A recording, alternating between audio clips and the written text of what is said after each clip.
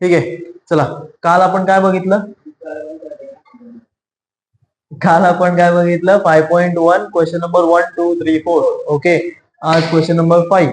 Question number 5 में क्या है, हमने क्या बताया है कि ये एक पैरेललोग्राम है। पैरेललोग्राम है ये, दोनों भी क्या बोलते हैं इसको, डायगोनल्स। डायगोनल एक दूसरे को ओ में इंटरसेक्ट कर रहे हैं। ठीक, ओ में इंटरसेक्ट कर रहे हैं। ये कुछ दिया है, ये 12 है, ये सॉरी ये 5 है, ये 12 है, ये 13 है।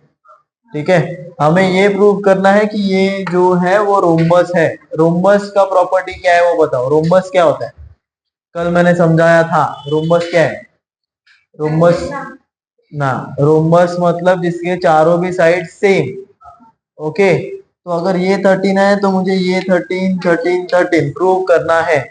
ओके, ठीक है। तो अभी मुझे एक बात बताओ, पैरेललोग्राम के डायगोनल्स एक दूसरे को क्या करते हैं? बाइसेक्ट करते हैं ना, प्रॉपर्टी है अपना। हाँ, तो ये पैरेललोग्राम है, तो अगर ये 5 रहा तो ये भी क्या हुआ? 5। ये 12 है तो ये भी क्या हुआ? 12। ओके, मैं पहली चीज तो गिवन लिखूंगा। गिवन, गिवन क्या है कि ये पैरेललोग्राम है। A B C D is a parallelogram. Okay, 2 prove क्या? मुझे इसको रोम्बस शो करना है। A B C D is a rhombus. Okay, अभी मैं प्रूफ क्या क्या क्या क्या करूंगा, देखो। प्रूफ में मैं क्या लिखता हूं कि पहला चीज ये पैरेललोग्राम है वो लिख दो।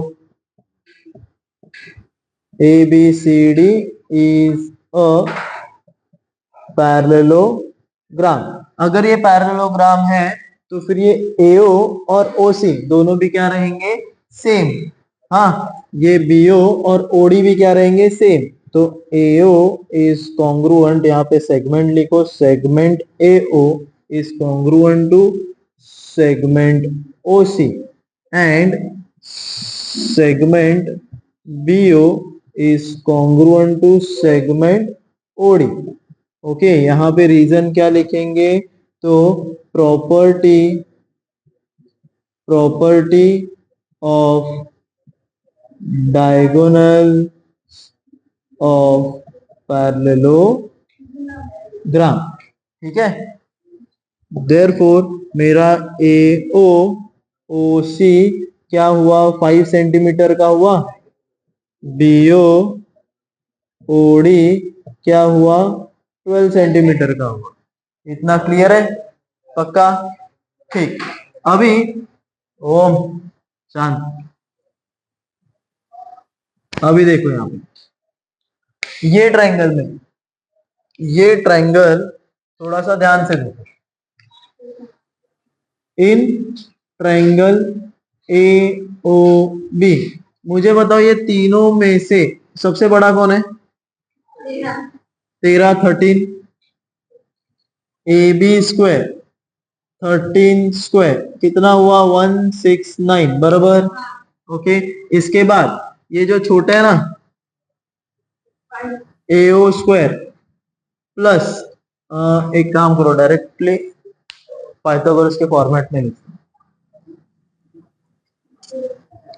देखो यहाँ पे 13 है, 5 है, 12 है। अगर मैं यहाँ पे पाइथागोरस अप्लाई करके ये 90 बोल दूं, 90 डिग्री।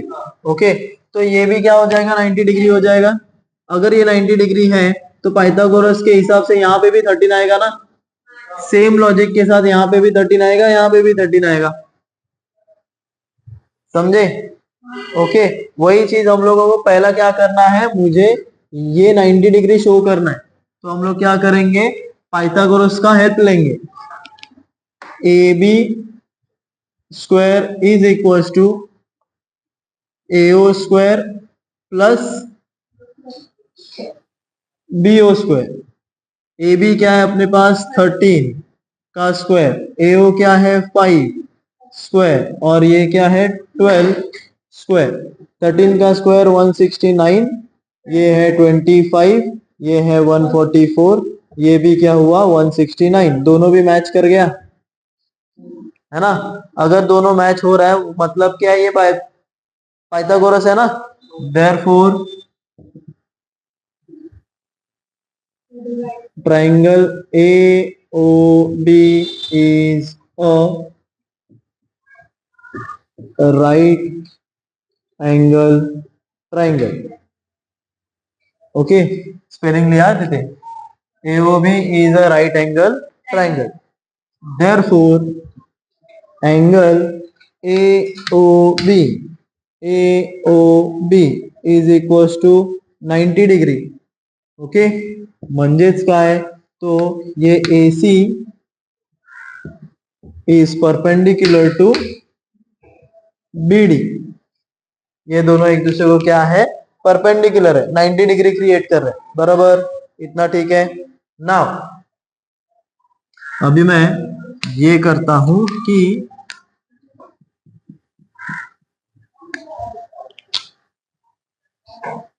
ये triangle in triangle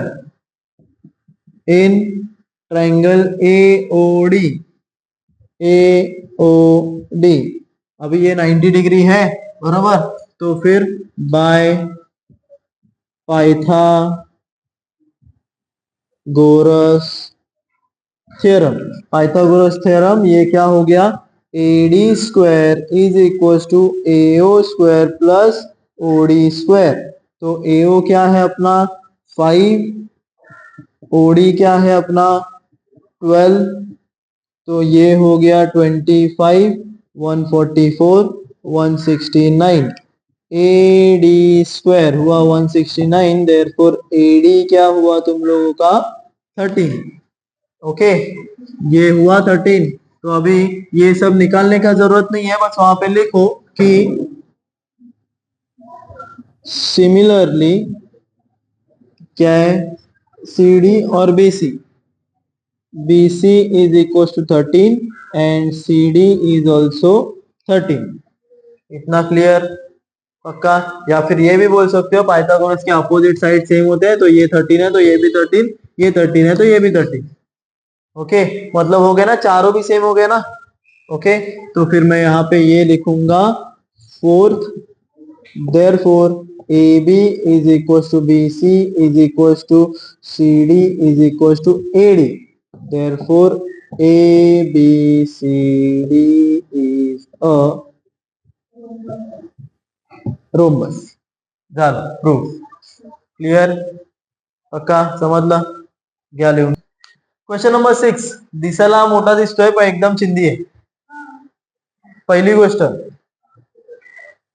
diagram given proof या 3 गोष्टी असायलाच पाहिजे तुमच्या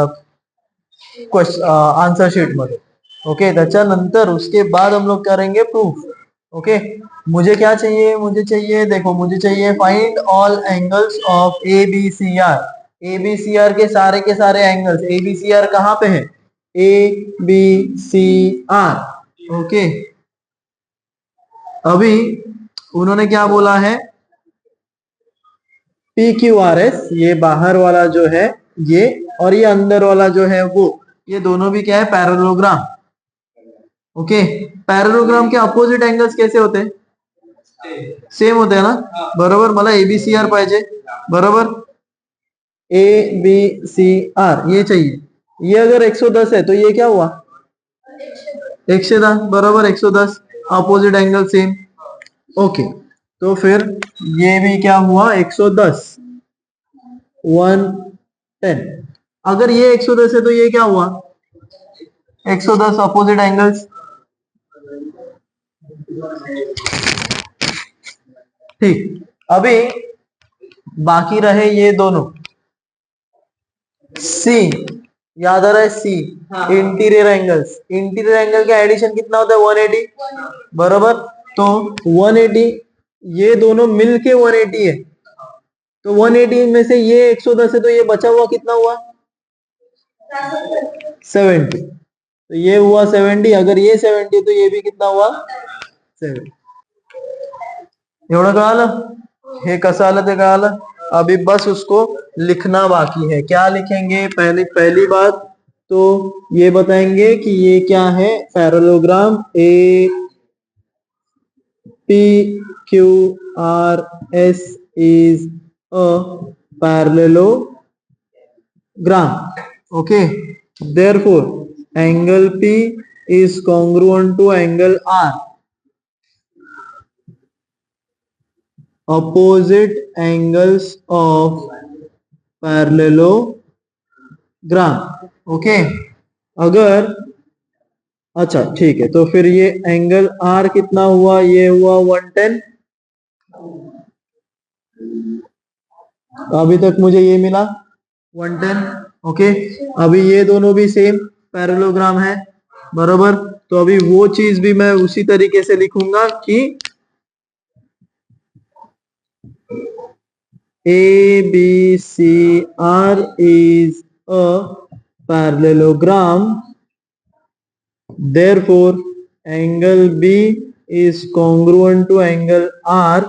Reason same, opposite angles of parallelogram. Therefore, angle B पण किती झालं, 110. 110 एवढा ठीक. ओके, अभी यहां पे ये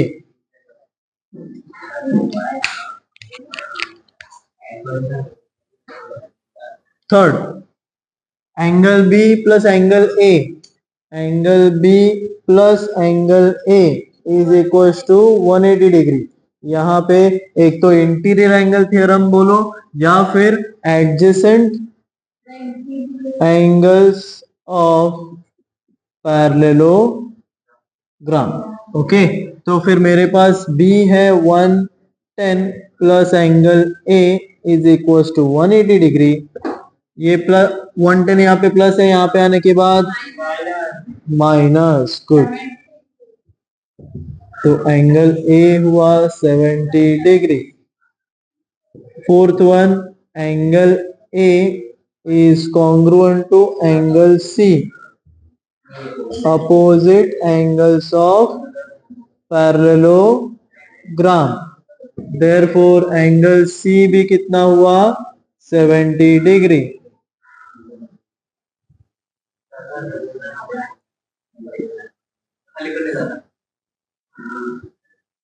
क्लियर है, कळालं, असू दे, कळालं, क्लिअर. ठीक. आता ह्या क्वेश्चन नंबर 7 मध्ये काय सांगितलं, त्यांनी सांगितलंय ABCD is a parallelogram. Okay, ABCD ये पैरेललोग्राम है और AB और BE ये दोनों भी क्या है, इक्वल है. ये गिवन क्वेश्चन देखने के बाद गिवन क्या होगा, प्रूफ क्या होगा, तुम लोगों को लिखना पड़ेगा पढ़ के खुद से. ओके, प्रूफ क्या है, तो प्रूफ मुझे करना है कि ये ईडी ये जो है ये बीसी को क्या कर रहा है, बाइसेक्ट कर रहा है. बाइसेक्ट कर रहा है मतलब क्या, बाइसेक्ट मतलब दो इक्वल पार्ट, बराबर. मतलब मुझे ये शो करना है कि ये BF और FC ये दोनों भी सेम, ये मुझे इक्वल शो करना है, प्रूव करना है. तो फिर अभी अगर मुझे ये दोनों इक्वल प्रूव करना है तो फिर मैं क्या करूंगा, ये एक ट्रायंगल और ये एक ट्रायंगल, इन दोनों भी ट्रायंगल को क्या करेंगे हम लोग, इक्वल प्रूव करेंगे, कोशिश करेंगे ये दोनों इक्वल प्रूव होने का. ठीक है, SAS टेस्ट, SSS टेस्ट ये याद है, तो इन सब टेस्ट में से एक टेस्ट यहाँ पे अप्लाई होने वाला है. ठीक है, तो फिर अभी देखो पैरेललोग्राम है ना, पैरेललोग्राम है तो ये और ये सेम होता है, ये इसको सेम है, ये इसको भी सेम है, मतलब ये दोनों सेम हो गए ना, बराबर. ठीक है, मैं अभी यहाँ पे लिखते टाइम सिर्फ ऐसे लिखता हूं कि ABCD is a parallelogram. Therefore AB, segment AB is congruent to segment CD, opposite sides of पॅरलेलोग्राफ. एवढं क्लिअर? ओके. हे दोन काय झाले? सेम झाले. जर हे दोन सेम आहेत तर मग हे दोन पण सेम झाले ना. देअरफॉर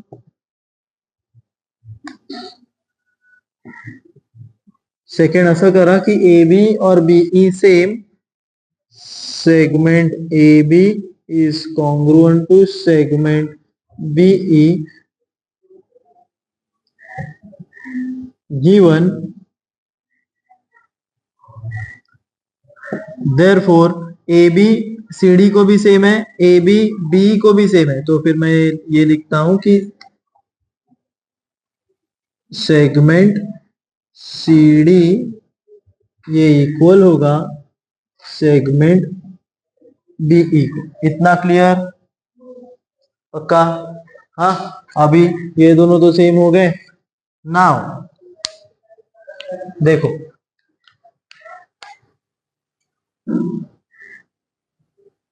इन ट्राइंगल, अभी ये दो ट्राइंगल पकड़ के चलो. In triangle B E F, triangle B E F and triangle C D F, triangle C D F, इन दोनों भी ट्राइंगल्स में ये अपोजिट एंगल्स है, वर्टिकली अपोजिट, ये और ये, है ना. ओके. ये एक पेयर मिल गया मुझे, बराबर. दूसरा पेयर में ये z दिख रहा है तुम लोगों को, ये उल्टा z, बराबर. या फिर ये z पकड़ के चलो, कोई भी एक z पकड़ लो. एक तो ऐसे पकड़ो या फिर ऐसे पकड़ो, तुम लोगों के ऊपर है. वर्टिकली अपोजिट से, सॉरी वर्टिकली अपोजिट बोल रहा हूँ ना, अल्टरनेट एंगल सेम हो गए. ये दो लाइन पैरेलल है ना एक दूसरे को, बराबर. तो एक काम करो, पहला तो ये बताओ यहाँ पे थर्ड वन, ये बताओ कि A B, sorry directly A E is parallel to C D, ऐसे बताओ. रीजन दे दो यहाँ पे A dash B dash E, A dash B dash E. इतना क्लियर है? ये क्लियर है ना? ठीक है. हाँ बोल बोल बोल. काय? अरे बोल रे. आताच बोल सर. बर, बघ इकडे, हा पॅरलोग्राम आहे ना. ही लाईन याला पॅरलल आहे, ही लाईनच पुढे एक्सटेंड झाली आहे ना. म्हणजे ही कंप्लीट, ही पूर्ण लाईन याला पॅरलल असू शकते ना. मग तेच लिहिलं AE is parallel to DC. Reason काय लिहिलं? कारण ए बी ई हे तिन्ही पण एकाच लाईन मध्ये आहेत म्हणून. क्लियर? ओके. ठीक है. अभी इन दोनों ट्राइंगल्स का नेमिंग तो लिख दिया. अभी इन दोनों ट्राइंगल्स में मैं ये कर सकता हूं कि angle BEF, angle BEF is congruent to angle FDC. FDC ये दोनों भी same alternate angle theorem. Okay. Alternate angle theorem, angle का स्पेलिंग, थ्योरम का स्पेलिंग लिखो. ठीक. नाउ ये साइड और ये साइड तो सेम है, और ये एंगल और ये एंगल सेम है, तो वो लिखो angle BFE, angle BFE is congruent to angle CFD. CFD vertically opposite angles. Okay. And segment, which segment? BE ये कॉन्ग्रुएंट होगा सेगमेंट CD को. ओके. फ्रॉम कहां से लिया? From two, from two. Okay. तो फिर angle side test, AAS triangle E F ये congruent होगा एंगल सी डी एफ को angle side A S test. Clear है इतना? पक्का? ओके। तो फिर हाँ, अगर ये दोनों ट्राइंगल सेम हैं तो उसके बचे कुछ साइड्स भी सेम हो गए ना, बराबर। तो फिर side B F is congruent to side F C, therefore segment bf is congruent to segment fc।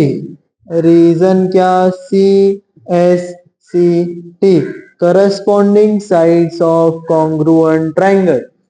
इतना क्लियर? कहा का अथर्व? पक्का? ओके। तो ये दोनों अगर सेम है मतलब ये बाइसेक्ट हो रहा है ना, कहा। देयरफॉर मैं यहाँ पे ये बोल सकता हूं कि segment ED bisect segment BC at point F. कळालं का? काय डाउट आहे का? नाही ना? पक्का? घ्या।